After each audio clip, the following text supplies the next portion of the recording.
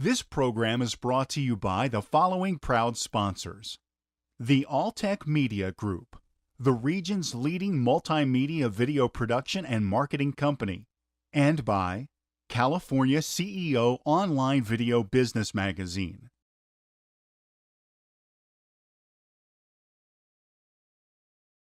Very long name. Good morning, everyone. My name is Keith Alexis, CEO and founder of International Communications Corporation, ICC.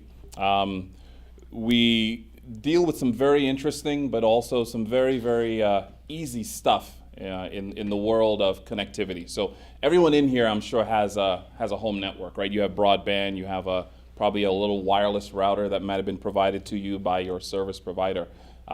Just as a point of reference and familiarity, if you think of that little network that you have at home, right? You have a cable coming in, you have probably 3 or 4 ports on this box, and it also provides Wi-Fi so you can use your laptop or your tablet at home. If you think of that as being the fundamental setup, network infrastructure of any network, regardless of its size, it gives you a point of reference for us moving forward, okay? So regardless if it's the Department of Defense, NSA, or the coffee shop around the corner, the physical size of that network is irrelevant, but the physical makeup of it is very relevant. So what do? So we're a high-tech company, right? We use software to create efficiency. And in its simplest terms, when you think of all the traffic that goes on in any city, anywhere in the world, I come from Trinidad in the West Indies, and it's a small island. You can drive from one end to the other in 2.5 hours. It has one of the largest tar pits in the world, so a lot of the streets are laced with tar, and it melts in the middle of the summer and hardens during the hurricane seasons. And then you come out to the US where you have all of these massive lanes, and you can drive for hours and hours and hours. What happens is that basically what we look at is that it doesn't matter the size of the environment, traffic is still traffic, regardless of if you're in a small environment like Trinidad or a very large environment like in the United States. And at its central core, what we do, we sell hardware as well as software, much like what you have in your home. But this hardware and software has special software on it that is also patented. And what that software does, it acts like a traffic cop, an intelligent traffic cop. And so it allows information to pass between 2 locations based on the algorithms that we have in that system.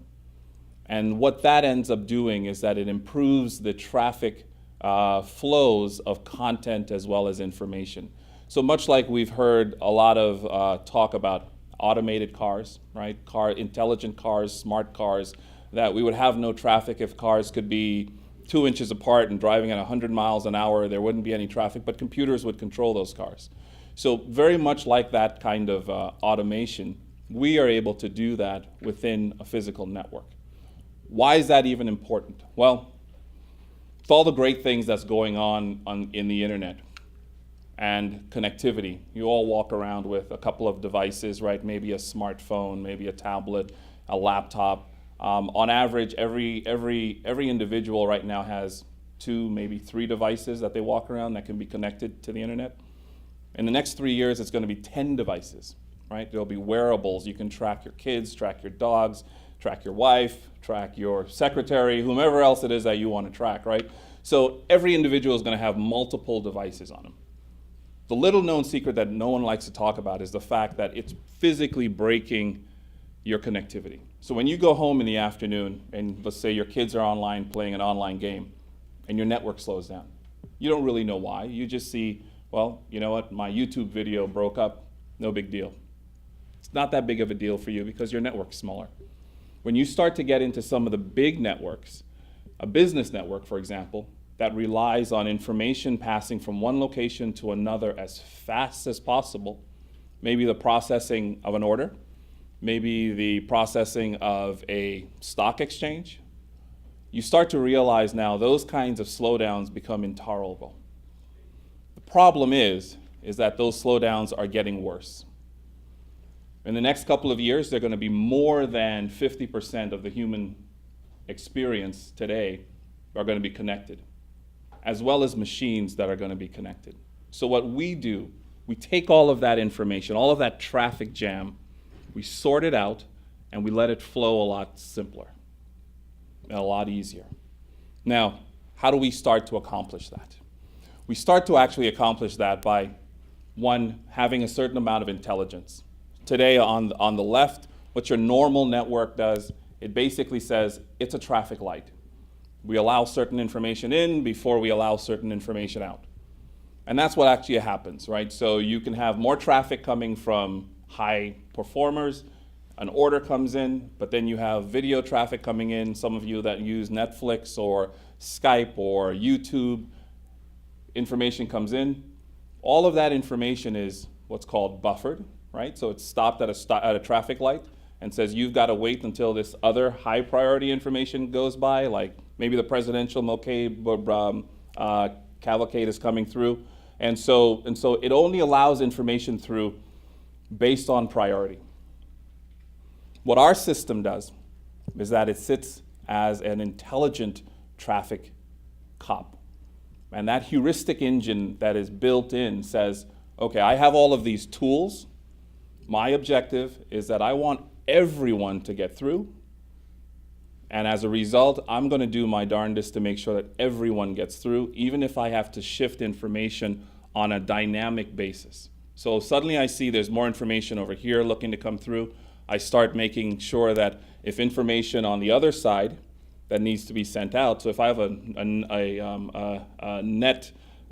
Netflix movie coming in, but I have a YouTube movie coming in, how do I make both of those go by as easily as possible?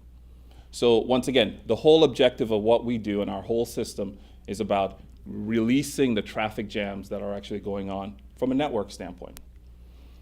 What does that look like? What do you have to physically deploy? What do you put out there? So in the networking industry today, everything is still proprietary, meaning that we have to have our own piece of hardware. So much like in your homes, where you have a specific, maybe it's Motorola, maybe it's a AT&T modem, whatever that device physically is that allows that connection, we have the same thing. So this is the part of our hardware. So you have these boxes that go into businesses, and then you have these what's called access points that get deployed as well to allow for that wireless connection. So as the information comes into all of these systems, we then are able to, with our intelligent software, control that information to make sure that it's most efficient and that traffic jam never actually happens over that network. So some of you may go into a Starbucks maybe in the middle of the day and there are 2 or 3 people there and you boot up YouTube, runs flawlessly. You come back later on at the end of the day and there are 25 people there, including students. And suddenly now your YouTube takes twice as long, your little glass starts spinning, and now you're irritated that your device either doesn't work properly or Starbucks doesn't know how to actually run a network. So you blame the device or you blame Starbucks. When in reality what's going on, it's the physical network that's not performing properly. So we alleviate those congestions the more people physically get on the network. Okay? So what ends up happening? Well, what we've seen in our business over the last year and a half since we've publicly launched, and the last 3 years before that, is an increase in the engagement and type of people that are interested in solving these problems. Starbucks, I mentioned, used to be AT&T. We'd go in and you'd see AT&T Wi-Fi. Now you go in and you see Google Starbucks. AT&T lost Starbucks for the exact same reason that I just mentioned. Google now has Starbucks. AT&T therefore formed a partnership with us to solve their issues in other environments that they haven't lost as yet. So the objective here is that we're starting to get to a point where more and more of the online services, the SaaS services, the big data environments continue to expand and continue to grow. The only thing that hasn't changed is the network itself that you have at home. The network is the same network. So imagine your network as we come back to your network environment at home. Imagine your network environment now having 10 more yous there, 10 more kids there to get online, 10 more wives to get online, 10 more Facebook accounts, 10 more YouTube accounts. How slow do you think that singular network will operate? it'll screech to a halt. And that's what we solve. We resolve the troubling traffic jams that come into that environment and allow more users to be able to get on that network. Now, from a business perspective, we go to market from what's called a two-tier distribution. So we don't sell to end users. We recruit resellers, partners, distributors, that then go to market with us to their customers to do the installation, to do the ongoing services, to do the ongoing marketing, etc.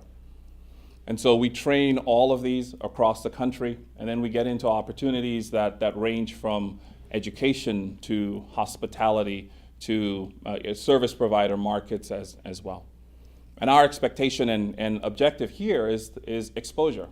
We're looking to continue to partner with young entrepreneurial companies that are local, because we are a local company in Riverside, but we're also local in Pennsylvania, in Maryland, in Denver, where all of our employees are. We're a very decentralized company, just like our software is.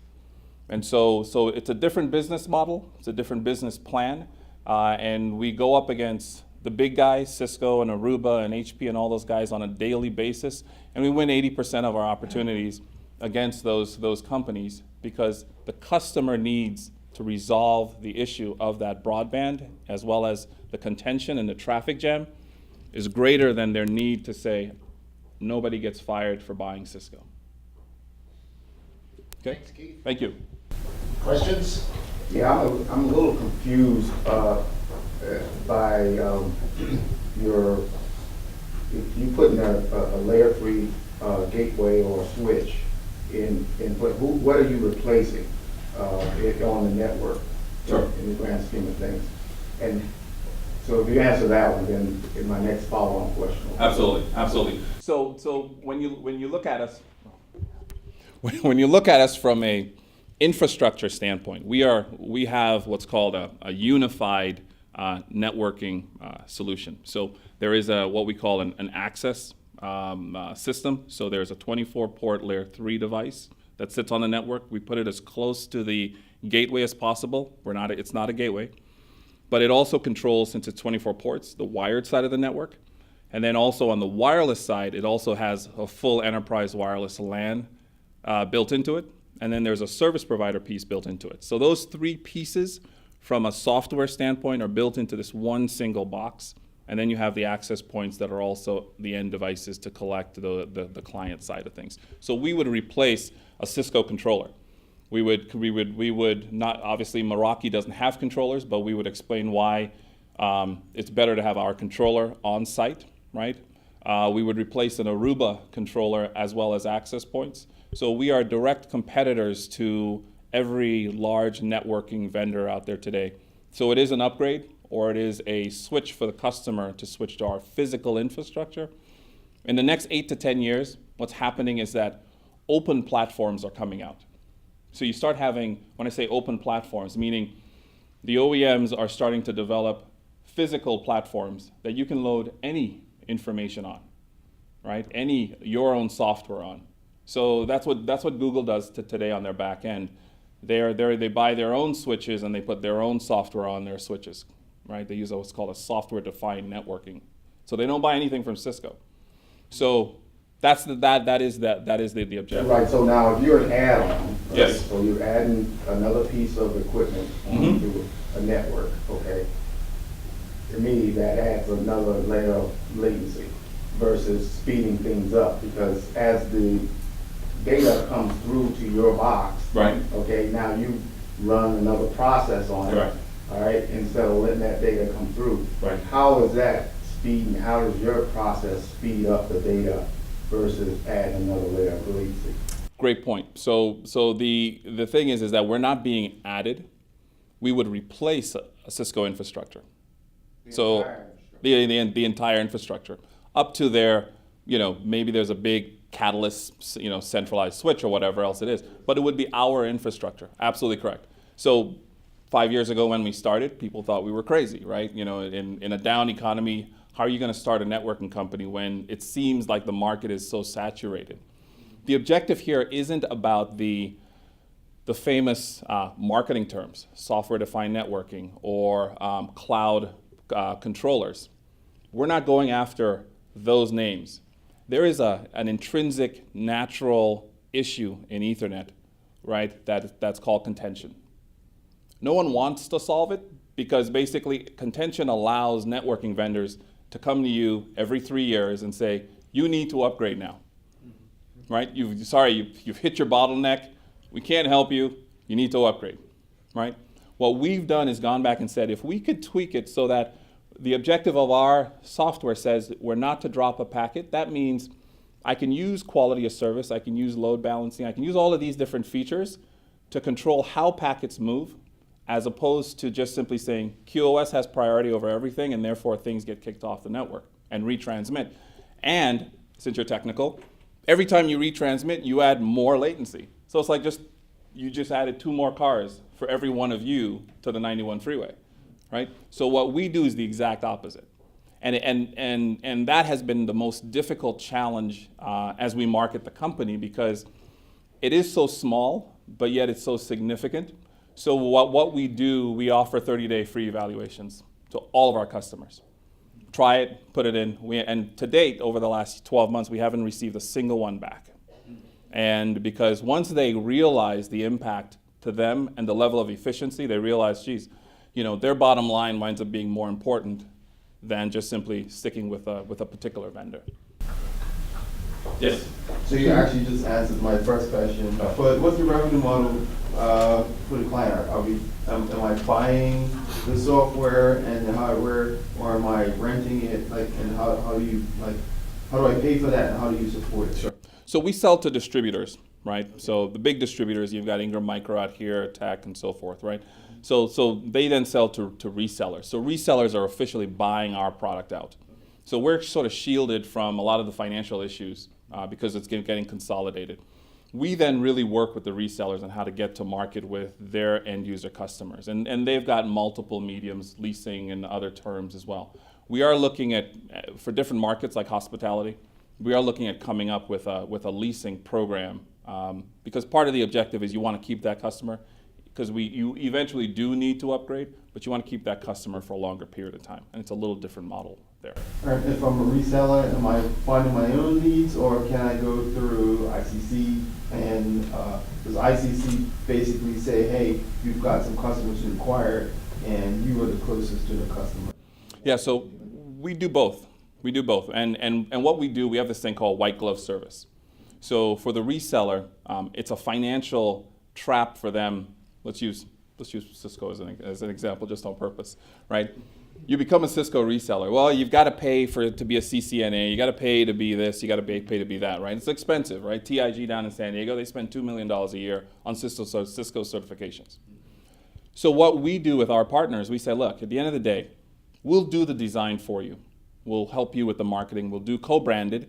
We've got this big partnership with AT&T. If you want to put AT&T's name on something, we'll help you put their name on it, and we'll help you market out. But you got to give us access, and that's the big thing, right? Because really, the local small business is the one that has a relationship with the other local small business, and so that's where we've gained the credibility because it's not us walking into that end user. It's, Joe's Crab Shack and networking. That's walking into their end user at the end of the day. Sorry. So I am clear. For you, who is your ideal client? Who is it that you need to get in front of? Is it, and that's for me. Sure.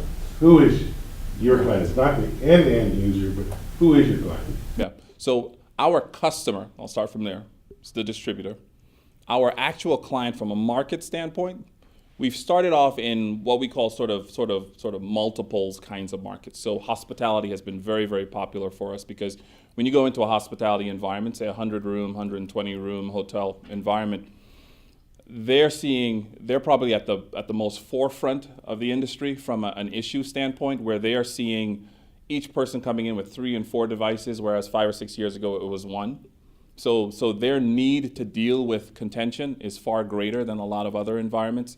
And then in the next 3 years is going to be 10.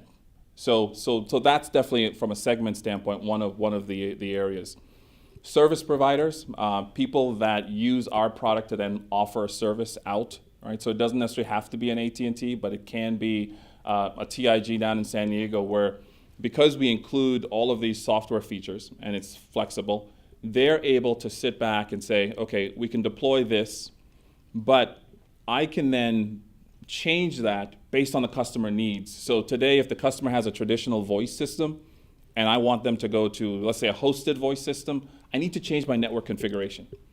But more than that, I need to change the routing of that information as well. And typically to do that, I need to switch out that network environment.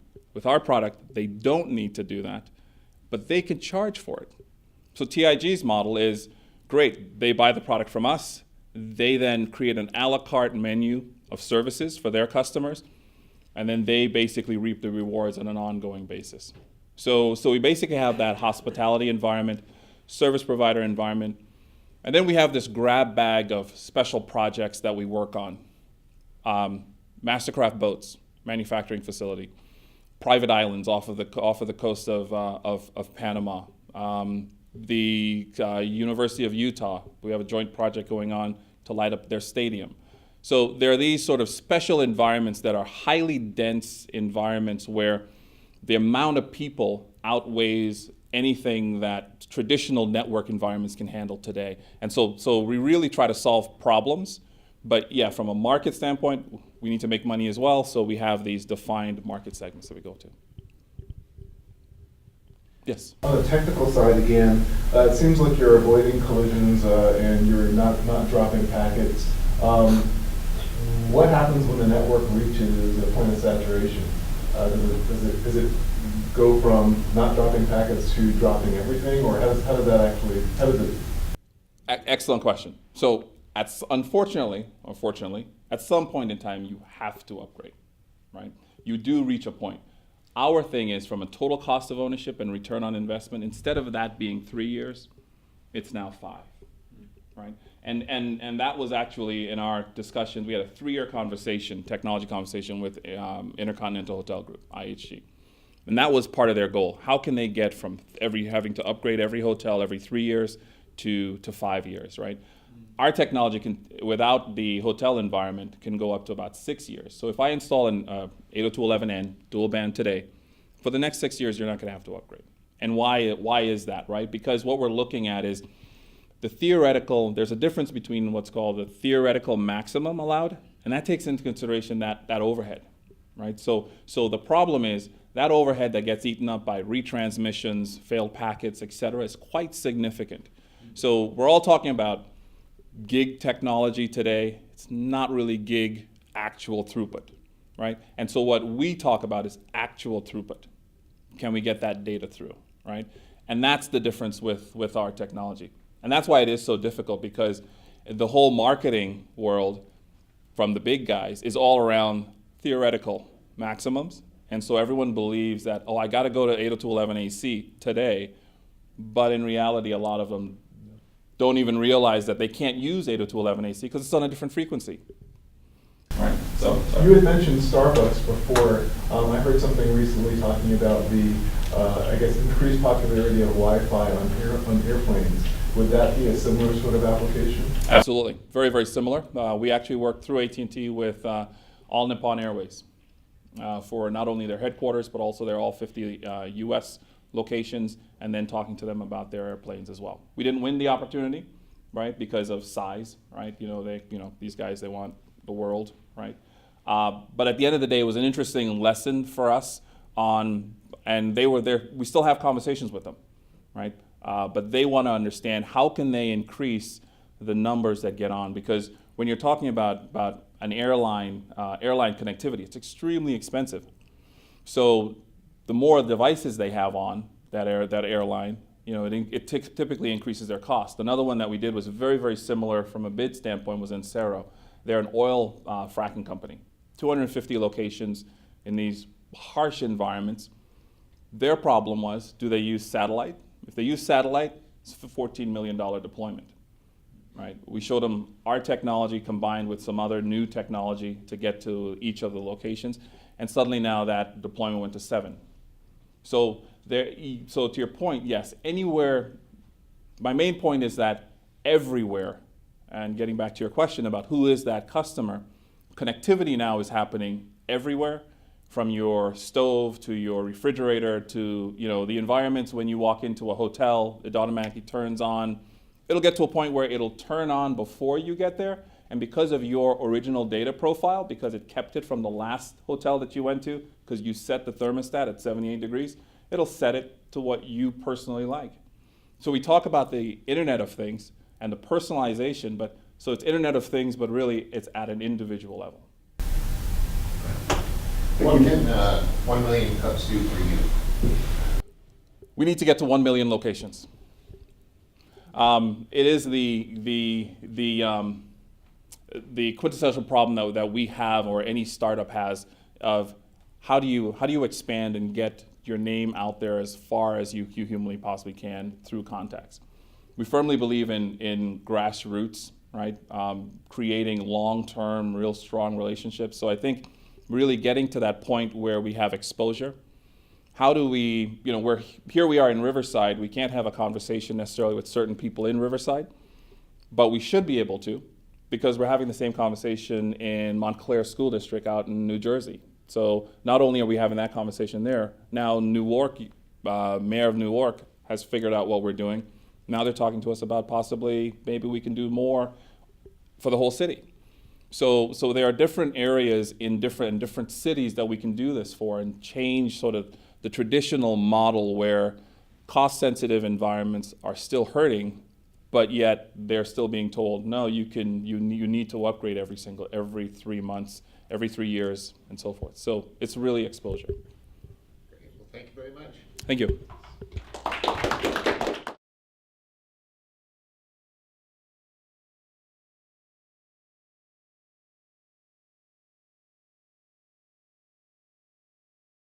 This program was brought to you by the following proud sponsors: the Alltech Media Group, the region's leading multimedia video production and marketing company, and by California CEO Online Video Business Magazine.